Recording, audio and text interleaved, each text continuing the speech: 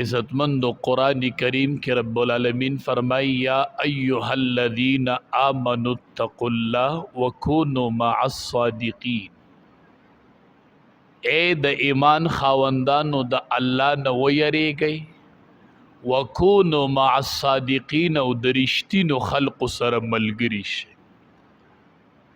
نو دوه کاره چې وکړي دا به د نجات ذریعه ګرځي. یو د الله نه یره، عبادات به پوره کوي، د الله نه به یریږي، خو وکونوا مع الصادقین د رښتینو خلقو سره به مرګتیا کوي، صحبت بم اختیاری د رښتینو خلقو. رښتینی خلق څوک؟ نبی کریم صلی الله علیه وسلم فرمای علیکم بسنتی و سنت الخلفاء الراشدین المهدیین. پتاسو لازم دی زما سنت او سنت د خلفاء راشدین، زما او زما د صحابه په لار باندې روان شو. نن سبا ټول خلق یو د ټینشن شکار دی، په کومه لار باندې روان شم، کومه لار به د نجات، په چا پسې لاړ شم. یو صفا لار راته پکار د چې زه په هغې لار روان شم، کومه لار پسې لاړ شم. نبی کریم صلی الله علیه وسلم فرمای خیر الهدی هدی محمد صلی الله علیه وسلم. په ټولو لارو کې بهترین لار د نبی کریم صلی الله علیه وسلم لار. بس پیغمبر پس روان شو، صحابه پس روان شو، دا لار کلک اونیسه، دا لار سیده لار ده، اخوا دیخوا مگرزا. خیر الهدی هدی محمد صلی الله علیه وسلم. اغا لار د نبی کریم صلی الله علیه وسلم لار ده. په کومه لار باندې چې صحابه کرام تلیو، په کومه لار چې صحابه کرامو بیعت کړو، او په کومه لار چې صحابه تلیو، په هغه لار باندې ځه. نبی علیہ السلام فرمای اصحابی کالنجوم، زما صحابه په منزله د ستورو دي.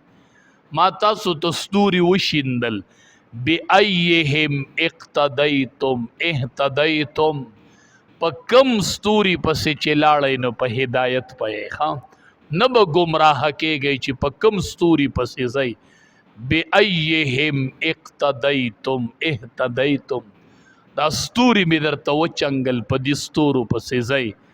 هغه الله دنیا کې ستوري وګرځول چې کم صحابه کرام، هغه صحابه کرام چې هغه د نبی کریم صلی الله علیه وسلم په لار باندې لاړل، د امام الانبیاء په لار لاړو، الله ورته دنیا کې زیری راولېږل. لقد رضی الله عن المؤمنین اذ یبایعونک تحت الشجرہ. بس دنیا کې پی د جنت زیری رالل، ابو بکر فی الجنہ، عمر فی الجنہ، عثمان فی الجنہ رضی اللہ عنہم.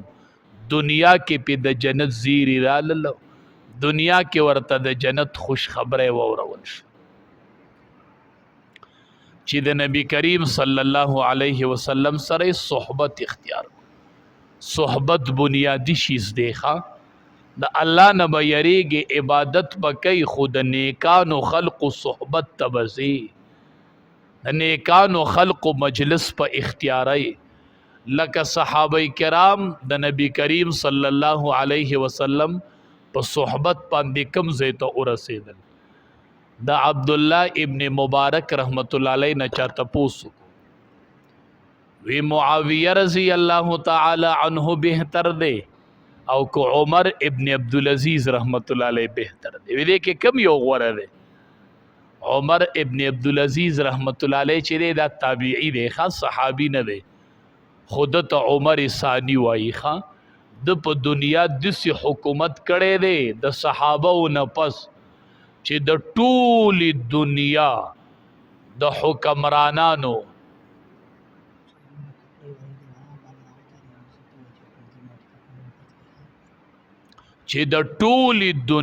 د حکمرانانو انصاف یو طرف ته شي او د عمر ابن عبدالعزیز رحمت الله علیه انصاف بل طرف ته شیدا ورته نه رسی ښه د صحابو نه پسې داسې عدالت داسې حکومت یې کړی دی او داسې انصاف یې په مخ د ځمکه قایم کړی چې نن عمر نوم عمر ثانی مشهور دی په دنیا کې په عمر ثانی چلیږي ښه ستا به څه انصاف یو د نن دور به څه انصاف د انصاف چل د خلقو د عمر ابن عبدالعزیز نزد کړي وي چې انصاف څه ته وایي نو د دنه تپوس شوی دا عمر ابن عبدالعزیز غوره دی کو معاویه رضی الله تعالی عنہ غوره دی او معاویه رضی الله تعالی عنہ د نبی علیہ السلام صحابي دی پیغمبري لیدلې دی په نبی علیہ السلام ایمان راوړی د نبی علیہ السلام سره ناس پاس دی او عمر ابن عبدالعزیز نبی علیہ السلام نه دی لیدلې وی دی کې کم یو غوره دی نو عبد الله ابن مبارک رحمت الله علیه په جړاش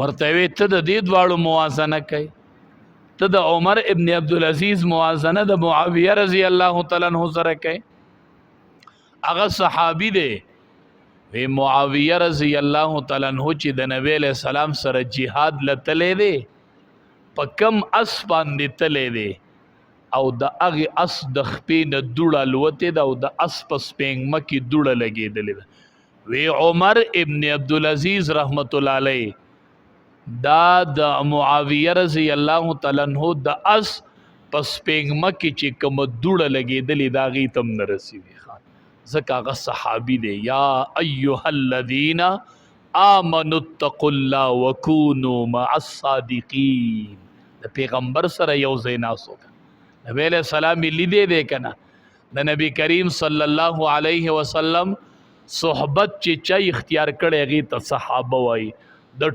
ټولې دنیا اولیاء د یو صحابي د پیزار دوړي تم نه رسي صحابه